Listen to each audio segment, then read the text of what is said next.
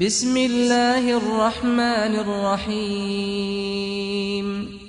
قل إن صلاتي ونسكي ومحياي ومماتي لله رب العالمين لا شريك له وبذلك أمرت وأنا أول المسلمين. بسم الله الرحمن الرحيم. إن الحمد لله نحمده ونستعينه ونستغفره ونعوذ بالله من شرور أنفسنا ومن سيئات أعمالنا. من يهده الله فلا مضل له ومن يضلل فلا هادي له. وأشهد أن لا إله إلا الله وحده لا شريك له وأشهد أن محمدا عبده ورسوله صلى الله عليه وعلى آله وصحبه أجمعين. أما بعد. قال الله تعالى وَمَا خَلَقْتُ الْجِنَّ وَالْإِنسَ إِلَّا لِيَعْبُدُونَ، اور نہیں پیدا کیا ہم نے جنوں اور انسانوں کو مگر اس لیے کہ وہ میری ہی عبادت کریں۔ اللہ جل وعلا نے اس آیت کریمہ میں اس بات کی خبر دی ہے کہ جنات اور انسانوں کی تخلیق کا فقط ایک ہی مقصد ہے، اور وہ مقصد ہے رب ذوالجلال کی خالص عبادت، ایسی عبادت جو ہر قسم کے شرک کی آمیزش سے بالکل پاک ہو، صاف ہو، خالص رب ذوالجلال ہی کے لیے ہو۔ میرے عزیز دوستو، آج اس نشست میں اللہ جل وعلا کی توفیق سے میں ایسے 4 وقفات لے کر آپ لوگوں کے سامنے حاضر ہوا ہوں، جو وقفات نہایت ہی اہم ہیں، نہایت ہی ضروری ہیں، جن کا سمجھنا، جن کا سیکھنا، جن پر عمل کرنا ہر مسلمان پر فرض ہے، ہر مسلمان پر فرض ہے۔ میں رب ذوالجلال سے امید رکھتے ہوئے یہ بات کہنے جا رہا ہوں، جو لوگ آج شرک کے مرتکب ہیں، اگر وہ ان وقفات پر غور کریں، تدبر کریں، تأمل سے کام لیں، تو مجھے امید ہے کہ یہ لوگ شرک سے بیدار ہو جائیں، شرک سے دور ہو جائیں، شرک کو چھوڑ دیں۔ میرے بھائیو، پہلا مرحلہ، پہلا وقف اس تعلق سے وہ ہے جو حالت قیام میں جب بندہ رب ذوالجلال کی بارگاہ میں کھڑا ہوتا ہے، رب کے سامنے وہ 2 باتوں کا اقرار و اعتراف کرتا ہے۔ پہلی بات کیا ہے؟ ایاک نعبد، اللہ میں تیری ہی بندگی کرتا ہوں۔ یہ بات تو معلوم ہے کہ توحید ہمیشہ نفی اور اثبات کے ساتھ ہوتی ہے، یعنی بندہ اس بات کا اقرار و اعتراف کرتا ہے کہ اللہ میں تیری ہی عبادت کرتا ہوں اور تیری ہی عبادت کروں گا، یعنی تیرے سوا میں کسی اور کی عبادت نہیں کرتا اور نہ ہی کروں گا۔ مگر میں معذرت کے ساتھ یہ بات کہہ رہا ہوں کہ بہت سارے لوگ، بہت سارے احباب لا علمی کی وجہ سے، جہالت کی وجہ سے، حالت نماز میں جب وہ رب کے سامنے قیام کرتے ہیں، اس بات کا اقرار و اعتراف کرتے ہیں کہ اللہ تیری ہی بندگی کرتے ہیں، تیرے سوا کسی اور کی بندگی نہیں کرتے، لیکن ساتھ ساتھ جب وہ نماز سے فارغ ہوتے ہیں، وہ امور جو امور عبادت ہیں وہ غیر اللہ کے لیے سر انجام دیتے ہیں۔ اس کی بنیادی وجہ کیا ہے؟ اس کی بنیادی وجہ یہ ہے کہ کثیر تعداد نمازیوں کی عبادت کے صحیح مفہوم سے آگاہ نہیں ہے، لوگوں کو عبادت کی حقیقت کا علم نہیں ہے۔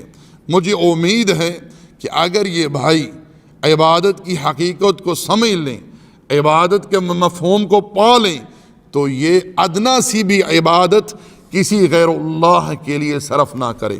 میرے بھائیو، اکثر لوگ یہ سمجھتے ہیں کہ نماز پڑھنا، زکوٰۃ دینا، روزہ رکھنا، حج کرنا، طواف کرنا، سعی کرنا، اسی طرح ذکر اذکار، استغفار، تلاوت، صدقات، قربانی، یہی امور عبادت ہیں۔ اس میں کوئی شک نہیں ہے کہ یہ جو میں نے ذکر کیے ہیں سارے امور عبادت ہیں، لیکن اس بات کو اچھی طرح سمجھ لیں کہ کچھ عبادات ایسی ہیں جن کا تعلق ہماری زبان سے ہے، کچھ عبادات ایسی ہیں جن کا تعلق ہمارے جسم کے اعضاء سے ہے، کچھ عبادات ایسی ہیں جن کا تعلق ہمارے دل کے ساتھ ہے، کچھ عبادات ایسی ہیں جن کا تعلق ہمارے اموال کے ساتھ ہے۔ اب یہ سارے امور جو ہیں، چاہے دل کے اعمال ہوں، چاہے مال کی عبادت ہو، چاہے زبان کی عبادت ہو، چاہے جسم کے اعضاء کی عبادت ہو، یہ ساری عبادات خاص کس کے لیے ہوں گی؟ اللہ جل وعلا کے لیے۔ وہی اس چیز کا مستحق ہے تقدس و تعالی کہ ہر قسم کی عبادت اسی ہی کے لیے خاص ہو، اسی ہی کے لیے سر انجام دی جائے۔ اب میں آپ کو مثال دے کر سمجھاتا ہوں کہ کس طرح کثیر تعداد اہل اسلام کی امور عبادت غیر اللہ کے لیے سر انجام دے رہی ہے۔ آپ لوگ جانتے ہیں کہ نظر عبادت ہے۔ اللہ تعالیٰ نے قرآن مجید میں اہل جنت کا وصف بیان کرتے ہوئے ارشاد فرمایا یوفون بالنذر، وہ نظر کو پورا کرتے ہیں۔ اب یہاں رب ذوالجلال اہل جنت کی تعریف فرما رہا ہے کہ وہ نظر کو پورا کرتے ہیں کس کے لیے؟ اللہ کے لیے۔ یاد رکھیں کہ نظر ماننا کسی کے اوپر واجب نہیں ہے۔ اگر کسی نے نظر مان لی ہے، اگر وہ نظر اللہ کے لیے ہے تو اب پورا کرنا اس کے لیے واجب ہے۔ لیکن ہم دیکھتے ہیں کہ کچھ لوگ نماز پڑھنے والے، اپنے آپ کو اسلام کی طرف منسوب کرنے والے، غیر اللہ کے لیے نظر دیتے ہیں۔ لوگ یہ نہیں سمجھتے کہ نظر کہتے کسے ہیں۔ یاد رکھیں کسی درگاہ پر چادر کی نظر مان لیتے ہیں، کہتے ہیں کہ اگر اولاد ہوئی تو چادر چڑھاؤں گا یا چڑھاؤں گی۔ بچے کے سر پر چٹیا رکھنے کی نظر مان لیتے ہیں کہ بیٹا ہوا، اس کے سر پر جیسے ہی پیدا ہوا ایک چٹیا چھوڑ دی جائے گی، جب وہ بڑا ہو جائے گا اس چٹیا کو کاٹ کر قبر پر نظر کے طور پر چڑھایا جائے گا۔ قبر پر دیا جلانا یہ نظر ہے، قبر پر جانور ذبح کرنا یہ نظر ہے۔ اسی طرح یہ 11ویں جو ہے یہ شیخ عبد القادر جیلانی رحمۃ اللہ علیہ کے نام کی نظر ہے۔ یہ شرک ہے، یہ شرک ہے، کیونکہ یہ نظر غیر اللہ کے لیے دی جا رہی ہے۔ اسی طرح سبیل حسین، نظر حسین، نظر علی، نظر فاطمہ، نظر حسن، نظر زہرا، یہ ساری نظریں جو ہیں یہ عبادت سے تعلق رکھتی ہیں، اور ان کا کسی غیر اللہ کے لیے سر انجام دینا یہ شرک ہے، حرام ہے۔ ایسا شخص دار اسلام سے خارج ہو جاتا ہے جو اللہ کو چھوڑ کر کسی عبادت کو کسی غیر اللہ کے لیے صرف کرے۔ اس کے علاوہ آپ لوگ جانتے ہیں کہ نبی علیہ السلام نے دعا کو عبادت قرار دیا ہے۔ الدعاء هو العبادت، دعا عبادت ہے۔ لیکن آپ دیکھ لیں بہت سارے کلمہ کو نماز پڑھنے والے درگاہوں پر جا کر، مزاروں پر جا کر، اللہ جل وعلا کو چھوڑ کر، خالق کائنات کو چھوڑ کر، حی لا یموت کو چھوڑ کر، جو شخص قبر میں مدفون ہوتا ہے اسے پکارتے ہیں، اس سے مانگتے ہیں، اس کے سامنے تذلل اختیار کرتے ہیں، اس کے سامنے گڑ گڑاتے ہیں، اس کے سامنے اس کیفیت میں کھڑے ہوتے ہیں جس کیفیت میں ایک نمازی حالت نماز میں رب ذوالجلال کے سامنے کھڑا ہوتا ہے۔ کچھ لوگ تو درگاہوں پر جاتے ہی سجدے میں گر جاتے ہیں، 100 تعویلیں کریں لیکن سجدہ ہے۔ کچھ لوگ وہاں قیام کی کیفیت سے کھڑے ہوتے ہیں، رکوع کی کیفیت سے ہوتے ہیں۔ یہ سارے امور کیا ہیں؟ ان کا تعلق عبادت سے ہے۔ دعا عبادت ہے، سجدہ عبادت ہے، قیام عبادت ہے، رکوع عبادت ہے۔ لیکن آپ لوگ دیکھ لیں کہ یہ سارے امور جو ہیں درگاہوں پر غیر اللہ کے لیے سر انجام دیے جا رہے ہیں۔ کیوں؟ کہ لوگ یہ نہیں سمجھتے کہ عبادت کہتے کسے ہیں، عبادت کا مفہوم کیا ہے۔ اس لیے میرے بھائیوں اس نقطے کو سمجھو، یہ سارے امور جو درگاہوں پر، مزاروں پر غیروں کے لیے سر انجام دیے جاتے ہیں یہ امور عبادت ہیں، ان کا تعلق عبادت سے ہے، اور عبادت حق ہے ایک اللہ کا، عبادت حق ہے ایک اللہ کا۔ معاذ ابن جبل رضی اللہ تعالی عنہ سے رسول اللہ صلی اللہ علیہ وسلم نے ارشاد فرمایا، یا معاذ اتدری ما حق اللہ علی العباد وما حق العباد علی اللہ؟ اے معاذ، کیا تو جانتا ہے کہ اللہ تعالیٰ کا اس کے بندوں پر کیا حق ہے اور بندوں کا اللہ پر کیا حق ہے؟ قلت اللہ ورسولہ عالم۔ معاذ کہتے ہیں کہ میں نے عرض کی اللہ اور اس کے رسول بہتر جانتے ہیں۔ آپ علیہ الصلاۃ والسلام نے ارشاد فرمایا، حق اللہ علی العباد ان یعبدوہ ولا یشرکوا بہ شیئا۔ بندوں پر اللہ کا یہ حق ہے کہ بندے اللہ کی عبادت کریں، اس کی عبادات میں کسی قسم کا شرک نہ کریں۔ اور فرمایا کہ بندوں کا اللہ پر یہ حق ہے، جو بندہ اللہ کے ساتھ شرک نہ کرے اللہ ایسے موحد بندے کو عذاب نہ دے۔ رب ذوالجلال نے قرآن میں کیا ارشاد فرمایا، وَقَضَىٰ رَبُّكَ أَلَّا تَعْبُدُوا إِلَّا إِيَّاهُ۔ تیرے رب نے اس بات کو فرض کر دیا ہے، واجب کر دیا ہے۔ وَقَضَىٰ بمعنی فرض کر دیا ہے کہ اس کے سوا کسی اور کی عبادت نہ کی جائے۔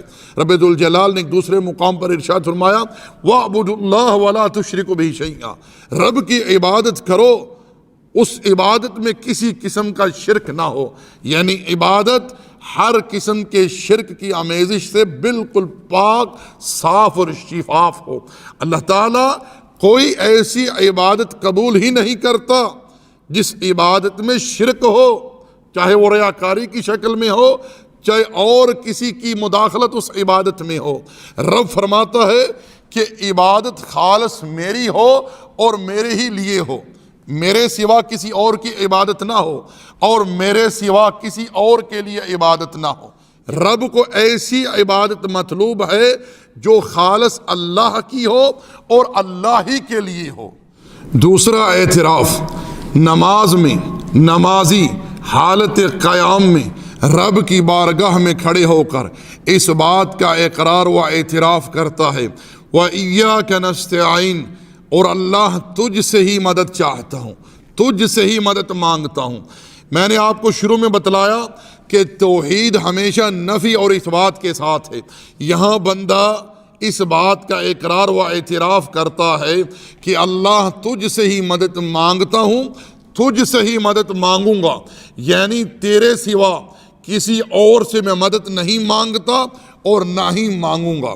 نبی صلی اللہ علیہ وسلم نے اپنے چچا زاد بھائی عبداللہ ابن عباس رضی اللہ تعالی عنہما کو تعلیم دیتے ہوئے، سکھلاتے ہوئے کیا ارشاد فرمایا، فَإِذَا اسْتَعَنْتَ فَاسْتَعِنْ بِاللَّهِ، جب بھی مدد مانگ تو اللہ سے مانگ، جب بھی پکار تو اللہ کو پکار۔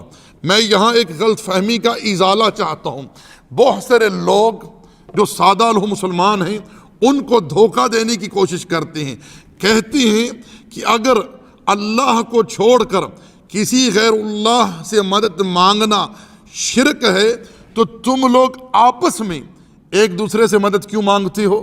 ایک دوسرے سے پیسے ادھارے لے لیے، کوئی اور ضرورت کی چیز جو ہے وہ مانگ لی، تو کیا یہ شرک نہیں ہے غیر اللہ سے مانگنا؟ میرے بھائیوں، میرے دوستو، یہ جو مدد مانگنا ہے، یہ جو ایک دوسرے سے ضرورت طلب کرنا ہے، یہ وہ امور ہیں جن کی اللہ نے اور اس کے رسول صلی اللہ علیہ وسلم نے اجازت دی ہے، بلکہ تعلیم دی ہے، بلکہ حکم دیا ہے۔ نبی علیہ السلام نے کیا ارشاد فرمایا، لا یؤمن احدکم حتی یحب لأخیہ ما یحب لنفسہ، تم میں سے کوئی مومن نہیں ہو سکتا، اس کا ایمان مکمل نہیں ہو سکتا جب تک کہ جو چیز وہ اپنے لیے پسند کرتا ہے اپنے بھائی کے لیے پسند نہ کرے۔ اللہ جل وعلا نے قرآن مجید میں ارشاد فرمایا، وَتَعَاوَنُوا عَلَى الْبِرِّ وَالتَّقْوَى، اور نیکی کے کاموں میں آپس میں ایک دوسرے کے ساتھ تعاون کرو۔ یہ وہ مدد ہے، یہ وہ تعاون ہے جس کی اللہ اور اس کے رسول نے تعلیم دی ہے۔ اس بارے میں اللہ اور اس کے رسول نے ترغیب دی ہے، نہ کہ منع فرمایا ہے۔ نبی علیہ السلام خود اپنی حیات مبارکہ میں لوگوں سے ضروریات کی چیزیں طلب کر لیا کرتے تھے، آپ علیہ الصلوۃ والسلام نے اپنے قول اور فعل کے ذریعے ان امور کی تعلیم دی ہے امت کو، بلکہ یہ تو ایک نیکی ہے، اس پر انسان کو اجر عطا کیا جاتا ہے۔ اور قرآن مجید میں سورہ معون کے اندر رب ذوالجلال نے ایسے لوگوں کی مذمت کی ہے جو لوگ استعمال کی چیزیں کسی اور کو استعمال کے لیے نہیں دیتے، انہیں اپنے پاس روکے رکھتے ہیں۔ میرے بھائیوں، میرے دوستو، کتاب و سنت میں، قرآن و حدیث میں جس مدد کی، جس استعانت کی، جس پکار کی مذمت کی گئی ہے، جسے شرک ٹھہرایا گیا ہے، وہ مدد، وہ پکار جو ما فوق الاسباب ہو۔ ایک بندہ آپ کی مدد کرنے پر قادر نہیں ہے، آپ کی پکار سننے پر، آپ کی پکار سمجھنے پر، آپ کی فریاد رسی پر وہ کسی قسم کی کوئی قدرت نہیں رکھتا، کوئی طاقت نہیں رکھتا، کوئی اس کے پاس تصرف نہیں ہے۔ اب آپ اس کو پکار رہے ہیں، آپ ایک خطے میں ہیں، وہ دوسرے خطے میں ہیں، یا وہ اپنی قبر میں مدفون ہے، آپ اس کے سامنے اپنی حاجتیں پیش کر رہے ہیں، اسے ندائیں دے رہے ہیں، اسے پکار رہے ہیں، جیسا کہ ہمارے ہاں پاک و ہند کے اندر لوگ غیر اللہ کو پکارتے ہیں، اور یہاں بھی کچھ ممالک میں رافضہ غیر اللہ کو پکارتے ہیں، مثلا یا علی، یا ابو الفضل، یا حسین، یا ہمارے ہاں یا رسول اللہ مدد، یا غوث المدد، یا معین الدین چشتی پار لگا دے میری کشتی۔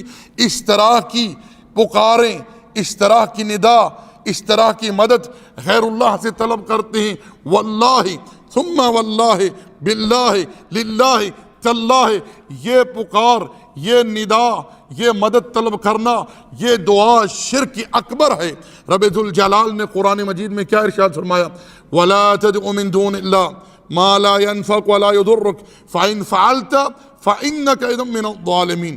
اللہ کو چھوڑ کر کسی اور کو نہ پکارو، یہ نہ تمہیں نفع دے سکتے ہیں اور نہ ہی نقصان، اگر تم نے ایسا کیا تم ظالموں میں سے ہو جاؤ گے۔ تو میرے بھائیو، میرے دوستو، قرآن و سنت میں جس مدد کی، جس استعانت کی، جس پکار کی مذمت کی گئی ہے، جسے شرک قرار دیا گیا ہے، وہ مدد ہے جو ما فوق الاسباب کسی سے طلب کی جائے۔ اب آپ لوگ غور کریں کہ قرآن مجید میں اللہ جل وعلا نے کفار قریش کے بارے میں ارشاد فرمایا کہ جب یہ کشتیوں میں سواری کرتے ہیں، سمندروں کے اندر یہ ہوتے ہیں، ان کو لہریں گھیر لیتی ہیں، یہ مشکل میں پھنس جاتے ہیں، ان کو جب خدشہ ہوتا ہے کہ اب ہم یہاں ڈوب جائیں گے، وہاں یہ خالص اللہ کو پکارتے ہیں، اللہ سے سوال کرتے ہیں، اللہ سے مدد مانگتے ہیں، کیونکہ اب ان کو اس بات کا یقین ہو جاتا ہے کہ یہاں بیچ سمندر کے نہ لات کام آئے گا، نہ منات، نہ عزا، اور نہ کوئی اور مشکل کشا یہاں کام آنے والا ہے۔ اللہ جل وعلا نے ارشاد فرمایا فَإِذَا رَاكِبُوا فِي الْفُلْكِ دَعُوا اللَّهَ مُخْلِصِينَ لَهُ الدِّينَ، جب یہ کشتیوں میں سواری کرتے ہیں وہاں یہ خالص اللہ کو پکارتے ہیں۔ جب ہم انہیں نجات دے کر خشکی پر لے آتے ہیں، یہ ظالم پھر شرک شروع کر دیتے ہیں۔ تو میرے بھائیو، میرے دوستو، اس بات کو سمجھ لیں کہ قرآن و سنت کے اندر جس مدد کی، جس استعانت کی، جس پکار کی مذمت کی گئی ہے، وہ ہے ما فوق الاسباب، کسی کو پکارنا، کسی کو ندا دینا، کسی سے مدد مانگنا، جب کہ وہ آپ کی پکار سننے پر، آپ کی مدد کرنے پر، آپ کی فریاد رسی پر بالکل قدرت نہیں رکھتا کسی قسم کی، اور نہ ہی ان کا اس کائنات کے کسی معاملے میں ذرہ برابر کوئی تصرف ہے۔ دوسرا مرحلہ ہے جب نمازی رکوع سے سر اٹھاتا ہے تو کیا کہتا ہے؟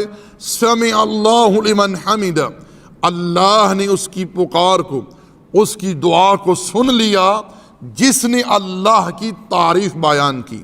لیکن جیسے ہی یہ بھائی، یہ احباب نماز سے فارغ ہوتے ہیں تو کیا کہتے ہیں؟ اللہ ہماری سنتا ہی نہیں۔ اب نماز میں یہ اس بات کا اقرار و اعتراف کرتے ہیں کہ اللہ نے اس کی سن لی جس نے اللہ کی تعریف بیان کی۔ باہر جا کر کیا کہتے ہیں؟ اللہ ہماری سنتا ہی نہیں، ہم تو بڑے گناہ گار ہیں، سیاکار ہیں، گناہوں میں ڈوبے ہوئے ہیں۔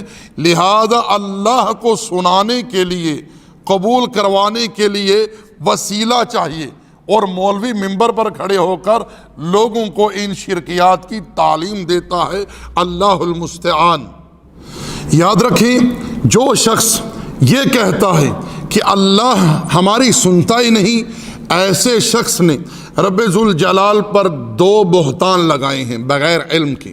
ایک تو یہ کہ اس نے اللہ جل وعلا کی جو صفت سمع ہے، سننا، اس کی نفی کر ڈالی۔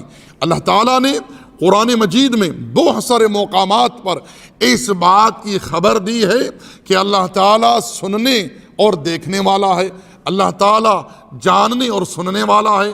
اللہ جل وعلا نے سورۃ المجادلہ کی پہلی آیت میں کیا ارشاد فرمایا؟ قد سمع اللہ قول التی تجادلک فی زوجہا وتشتکی الی اللہ واللہ یسمع تحاورکما ان اللہ السمیع بصیر۔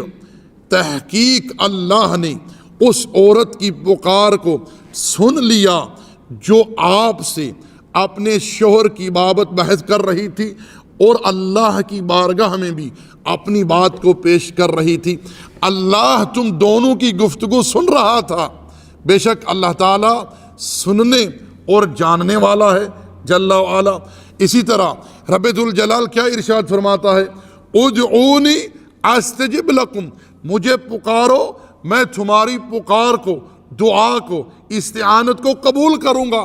اب یہ بیچارے کیا کہتے ہیں کہ اللہ ہماری سنتا ہی نہیں۔ اس طرح کہہ کر یہ رب ذوالجلال پر دو طرح بہتان لگاتے ہیں۔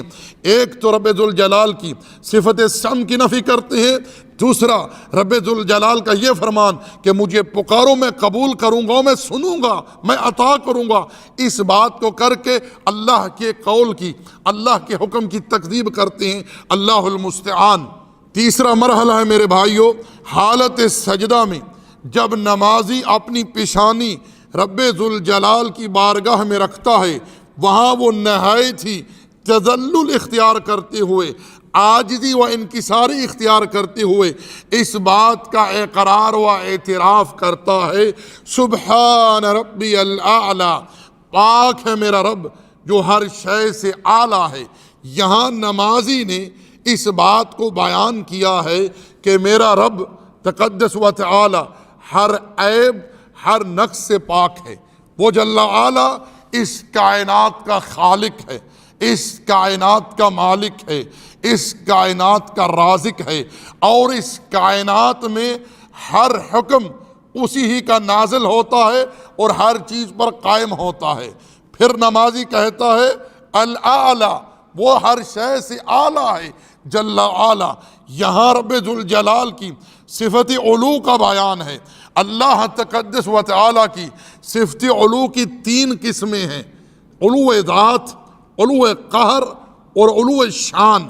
اب نمازی نے اس بات کا اقرار و اعتراف کیا کہ میرا رب ہر شے سے پاک ہے، ہر عیب و نقص سے پاک ہے، اور اس جل وعلا کے لیے علو ہے، اس کی ذات کے لیے، اور اس کا ہر شے پر غلبہ ہے، اور وہ جل وعلا علو شان کا مالک ہے۔ لیکن ہم دیکھتے ہیں یہ کچھ کہنے کے باوجود بہت سارے ایسے لوگ ہیں جو رب ذوالجلال کے بارے میں ایسا عقیدہ رکھتے ہیں کہ وہ عقیدہ نہ تو قرآن نے متعارف کروایا ہے، نہ ہی احادیث رسول اللہ صلی اللہ علیہ وسلم نے، اور نہ ہی امت سلف میں سے اس عقیدے کو کوئی جانتا تھا، اور وہ ہے عقیدہ وحدت الوجود، وحدت الشہود، یعنی اللہ ہر جگہ موجود ہے، ہر شے میں اللہ ہے۔ معاذ اللہ، کچھ تو ایسے غالی قسم کے، ایسے طاغی قسم کے لوگ ہیں جو کہتے ہیں کہ ہر شے میں اللہ ہے، ہر شے میں اللہ حلول کیے ہوئے ہے۔ اللہ المستعان۔ اب آپ لوگ خود مجھے بتلائیے میرے بھائیوں، ان لوگوں کا جو اعتقاد ہے کیا ان کے قول کے خلاف نہیں؟ اگر ان بیچاروں کو اس بات کی سمجھ آ جائے کہ ہم جو تسبیح پڑھتے ہیں حالت سجدہ میں اس کا معنی اور مفہوم کیا ہے، تو کیا یہ رب ذوالجلال کے بارے میں ایسے کلمات استعمال کریں، ایسی بات کہیں جو رب نے خود اپنے لیے نہیں بیان کی، نہ اس کے رسول نے بیان کی، اور نہ ہی امت سلف میں سے ان باتوں کو کسی نے بیان کیا ہو؟ اسی طرح میرے بھائیوں چوتھا مرحلہ ہے کہ جب نمازی حالت تشہد میں رب کی بارگاہ میں بیٹھتا ہے وہاں وہ ان باتوں کا اقرار و اعتراف کرتا ہے، التحیات للہ والصلوات والطیبات، کہ میری ہر قسم کی عبادت، مالی عبادت ہو، قولی عبادت ہو، بدنی عبادت ہو، ہر قسم کی جملہ عبادات وہ کس کے لیے ہیں؟ اللہ جل وعلا کے لیے۔ یہی بات اللہ جل وعلا نے اپنے پیغمبر سے کہلوائی ہے، ارشاد فرمایا قل، کہہ دیجئے، ان صلاتی و نسکی و محیای و مماتی للہ رب العالمین، بے شک آپ کی نماز، ہر قسم کی نماز اور وہ امور جو نماز سے تعلق رکھتے ہیں، جو نماز میں کیے جاتے ہیں، وہ سارے امور، آپ کی قربانی، ہر قسم کی قربانی، آپ کا جینا، آپ کا مرنا کس کے لیے ہے؟ اللہ کے لیے ہے، جس کا کوئی شریک نہیں، وہ وحدہ لا شریک ہے جل وعلا۔ لیکن ہم دیکھتے ہیں بہت سارے لوگ، بہت سارے نمازی، بہت سارے کلمہ گو مسلمان حالت نماز میں، تشہد کی حالت میں ان باتوں کا اقرار و اعتراف کرنے کے باوجود بہت سارے امور عبادت ایسے ہیں جو غیر اللہ کے لیے سر انجام جا کر دیتے ہیں، جیسے کہ پیچھے تفاصیل آپ سن چکے ہیں۔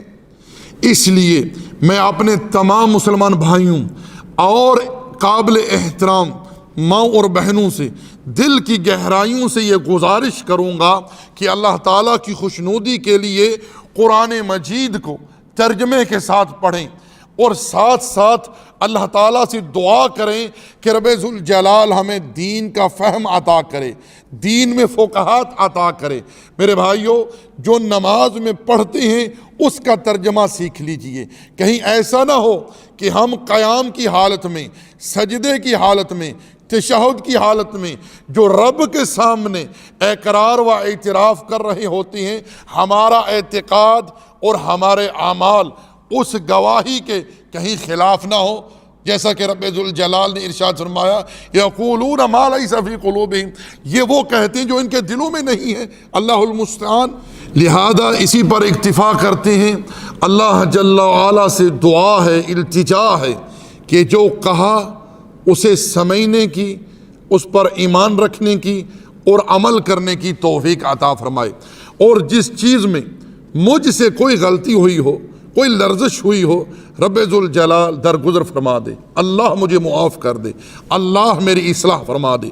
ربنا آتنا فی الدنیا حسنہ وفی الآخرۃ حسنۃ وقنا عذاب النار، ربنا تقبل منا انک انت السمیع العلیم وتب علینا انک انت التواب الرحیم، وصلی اللہ علی نبینا محمد وعلی آلہ وصحبہ اجمعین۔